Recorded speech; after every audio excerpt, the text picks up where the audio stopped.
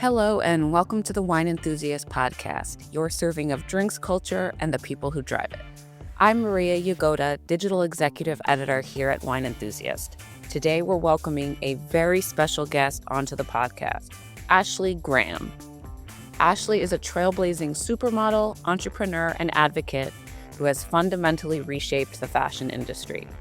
Now, she is entering the wine world with a bang and launching what the mom of three refers to as her fourth child, Lucci, a dry, crisp, fruit-forward Lambrusco inspired by her longtime love of the bubbly Italian red.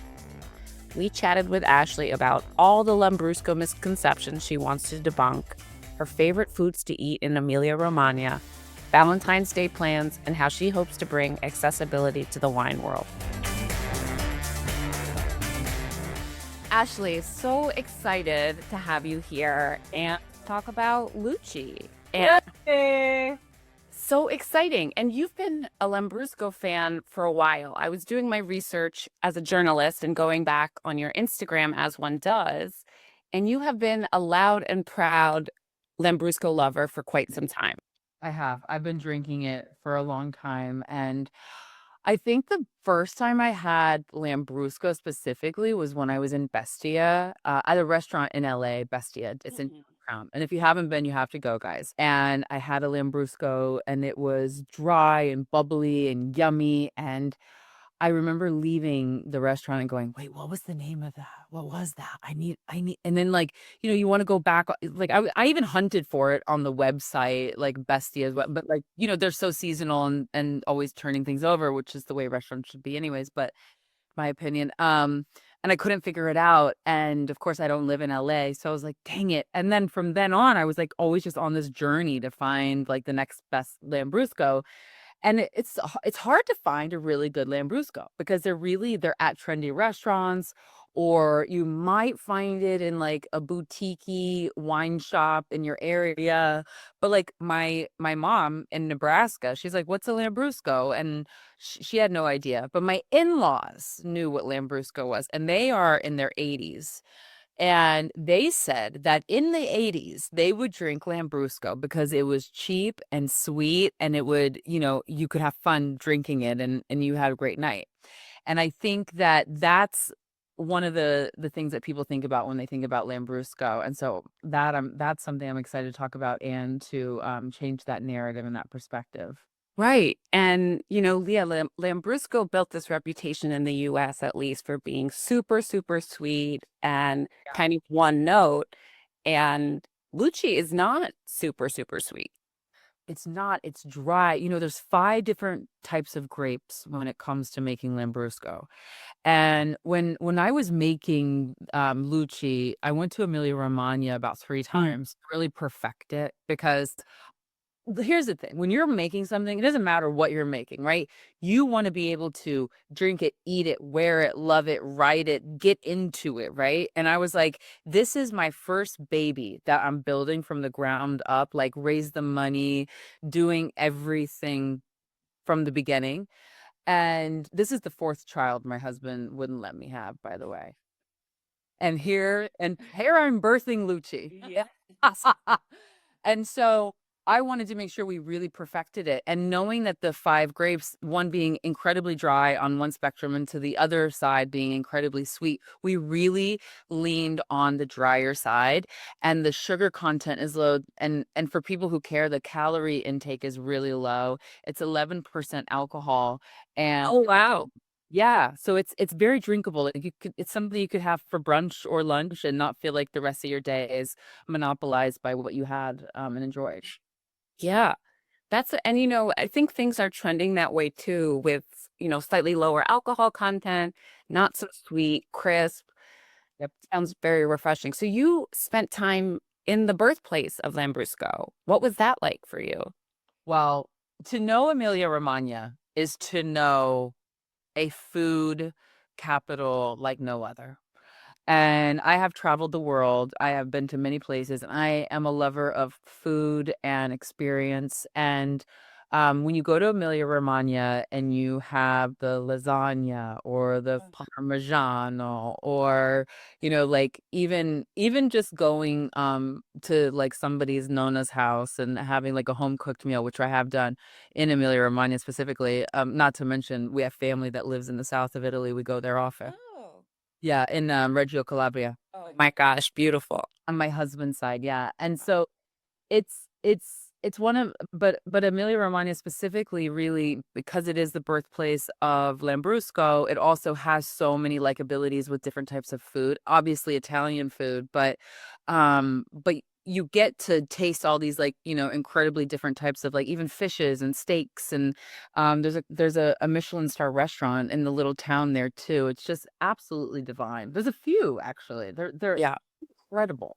I think it's like the food capital of the world, and I feel like Lambrusco is so food friendly, Mm. and people have this sense of what red wine does and doesn't pair with. But Lambrusco, I mean, the possibilities are endless with pairings. I agree with you. Something that I've been talking about with the team in how we're educating people on what to quote unquote pair with Lambrusco, with Lucci specifically, is that we really want them to get out of that mindset because you can have it with your brunch instead of a mimosa with your eggs and your bagels and lox, and it tastes very delicious. Then you can also have it with a hearty Wagyu steak, and it still pulls all the flavors out of that steak, and you don't lose any in the integrity of the bubbles and the crisp of your chilled, sparkling red. Also, on a hot summer day, laying by the pool, it's something that's incredibly refreshing. But when you want to have your Thanksgiving turkey, it goes really well with that too, and your mashed potatoes. So it's a cocktail mixer. We've been making so many beautiful cocktails and martinis. Ooh, martinis. We did a martini, yes, and it's wild that you can, whoa, it's like almost like we had like the white lab coats on, and we were like, okay, now let's try this. And it's amazing like what you can really like put together. And one of the simplest things we did also recently was a Lucci float. We did a little bit of vanilla bean ice cream and some Lucci over it, and that it's almost like you think about like an affogato. But like this is like, your Lucci float or like a root beer float. You got your Lucci float. Gorgeous. So you got your hands involved in this process from the very, very beginning to now. Maria, I'm not going to come in and just slap my name on anything. Like I want to come in and I want to be educated. I want to be enthralled. I want to be a part of every single thing. I mean, that's the businesswoman inside of me too, though, is that I've done a lot of amazing things in my career, and I'm really lucky and blessed to be able to done so many of the amazing things. But to be able to come in and build a business, I'm taking it incredibly seriously. I mean, wine in general for both entrepreneurs and consumers can be quite intimidating and it Mhm. can feel quite inside baseball and insular. So, And in I, a way, it is. You're and right. that's a problem, I think, for the industry that we have to figure out. And so much of your career, your values of accessibility, inclusivity shine through in your projects. And I'm curious how you're bringing that to Lucci. Well, I really am looking at Lucci as like a parallel to what happened in the fashion industry with my career. I'm reviving a category that's been dead for a long time.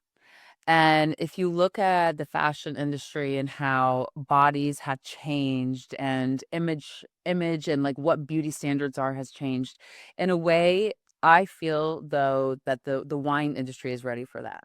We know that bubbles are booming, right? When it comes to Prosecco's and champagnes, it's a $10 billion business over there. And there is a whole market of Lambrusco that has not even been talked about, touched since the 80s. And I'm just really excited to revive a category that I did in the fashion industry, and now I'm about to do it in the wine industry. And you're right that education is going to be a big part of that because a lot of people don't know what Lambrusco is. So that's a whole other learning curve. And you know what? I love meeting those people. there's the two kinds of people. Oh, I've tried Lambrusco. I haven't had in a long time. Or you meet the people, what's Lambrusco? And of course, there's people in the middle that like you'll meet every once in a while. I actually was walking Victoria's Secret, and one of the girls I was walking with surprisingly told me that that's her favorite drink of all time. So I'm like, and I'm like, okay, so Molly, you want to come endorse my wine? Let's go later. Hey, but then you meet the people who are like, what's a Lambrusco? And that's when I'm really excited because I'm like, here, just try it. Just try it. And then they go, oh, that's so drinkable. That's so lovely. I love how it's not too bubbly. It's just enough flavor. Like, and it just the excitement around it is really fun. And all of a sudden you could have like two or three drinks and you're like, oh, I just drank the whole bottle. What's going on? And I feel kind of okay. Yes, definitely. Not gonna like steamroll you. Oh no, we're not here for that. Right. And, thinking about Valentine's Day coming up, it's like pinkish red, it's bubbly, so it feels romantic. Wait, you want to see something really funny? I know that like we're on the podcast, people can't see, but I just bought Oh my God, cute. pants that my that have Valentine's Day hearts all over them. Sorry, but I just had to stand up. It's the season to be in love and to love one another. And Lambrusco is romantic. It is romantic. I mean, to be first of all, to be in Italy is romantic, right? And to have a glass of wine, and I don't know, for me, like my husband and I like to curl up on the couch at the end of the day, and we don't watch TV together. We go through what we call our bookmarks. And throughout the day, we're sending each other like little notes to go over at the end of the day so we don't miss anything because our lives are so full. And so it's like, have a glass of Lucci, go through our bookmarks, and just enjoy the evening together, connecting. And we really try to do that at least 4 nights a week. 4 nights a week. Yeah, but Wow. it's not an hour. It's just like, Right. hey, we're sitting down, we're connecting, but it's that time. I mean, it's like 15 years of marriage. That's what you have to do. Gosh, wow. Yeah, and I like can't even wrap my brain around that level. It's amazing. It's truly amazing. Yeah. And I think also, weaving romance into everyday life, there was a new study that came out. 75% of people think of wine as a special occasion beverage and for romantic occasions. But as we know in Italy, there's a case to be made for weaving that aspect into the everyday. And I'm curious what you think about that philosophy. Well, I think for me, I don't drink wine every day. I really don't. It's something that like sometimes when Jess and I are sitting down, it's a glass of tea as well. And for me, the wine isn't about like what I'm creating. It's about something that I just want to enjoy. And I'm having a taste for it or whatever. I don't even have to have a whole bottle, obviously. A glass is fine. And but I think that putting parameters around things just to create a moment is a lot of pressure. And I just like to not even think about it as an indulgence, but think about it as just something that I'm enjoying and having for the moment, and something that I just want. But of course, making those romantic moments is also very fun. Right, right. And it's not, I mean, Lucci is at an accessible price point, right? 19.99. That's kind of amazing. I'm really excited that we were able to do that because again, back to my demographic, I'm here for the people to have the things that they want accessible to them. And I'm really glad that we got Lucci to that price point. Right. Yeah, I was so happy to see that too. Here's a question I have. I'm curious if you have any other interest in the beverage space in terms of, I mean, you haven't even launched this baby yet, so it's obviously having more plans is unnecessary. But I'm curious if your interest has been piqued in terms of the beverage space. I've invested in different beverages, and non-alc beverages, whether they be energy or calming magnesium. One of them being Trip, and it's a booming business right now. It's growing quickly. So it's always been an interesting space and one that has been growing rapidly across the country. So, but as far as Lucci goes, I can see Lucci expanding into different SKUs. But right now, I think our focus is Lambrusco. only, and maybe we go a little drier, maybe we go a little sweeter. But I really want to talk to the people once they try this and see where they want me to take it. Yeah, makes total sense. I would love to know what your favorite food to eat with Lucci is. Oh, well, my go-to, like if I'm just like, oh, have it with a slice. Like go get a New York slice and just have and it's you can sit in the park. You could just enjoy it, and we'll sit in the park with a glass of wine, I guess. I'm taking us to springtime. Yeah, and the New York City streets are gorgeous, and there's blossoming trees everywhere, and you're outside. Um, it's made in Emilia-Romagna. I've had it with the best homemade lasagna of my life, and like it's like, you know what I mean? You've been to Emilia-Romagna. Yeah, and there's the tagliatelle, the tortellini, all the egg pasta. Egg pastas. I mean, just get in my belly. And it's like you go to the corner store in any random little town, and it's like the best pasta you've ever had in your life.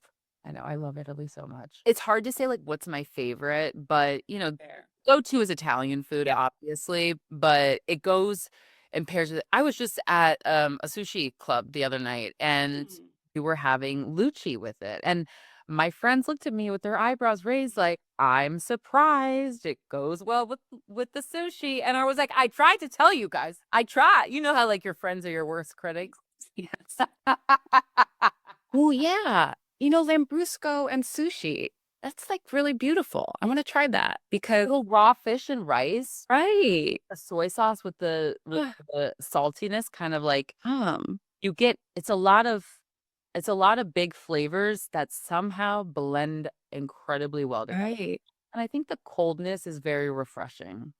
Yeah, I mean, we've seen people gravitate towards chilled reds, lighter style reds. So I think now is the time. Now is absolutely the time. Well, I think those are all of my questions. If there's anything else you wanted to just communicate about Lucci that you didn't get a chance to talk about or mention or emphasize? I'm excited for people to try something new. And if you haven't had a Lambrusco, I'm excited for Lucci to be your first because it's the best Lambrusco in the market, in my opinion. I also think that if you're thinking about a great gift or something to bring to somebody, Lucci is fantastic. The label is beautiful.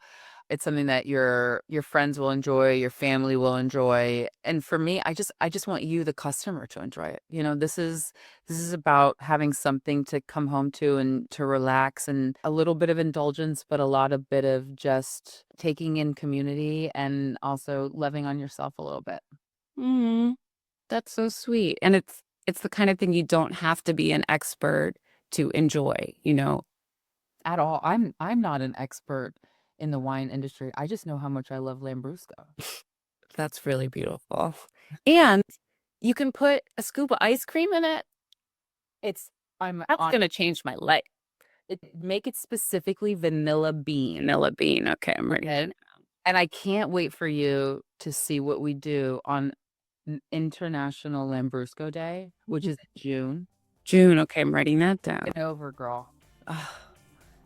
Okay, I can't wait. Thank you so much for coming on the podcast. Such a treat to talk to you. So excited about Lucci. Drink Lucci! Woo! Are you a Lambrusco lover, or are you a Lambrusco hater who is ready to become a convert? We'd love to know. You can email us your comments and questions at podcast@wineenthusiast.com. Remember, you can subscribe to this podcast on Apple, Spotify, and anywhere else you listen to your favorite shows. You can also go to wineenthusiast.com/podcast for more episodes and transcripts. I'm Maria Yagoda. Thanks for listening.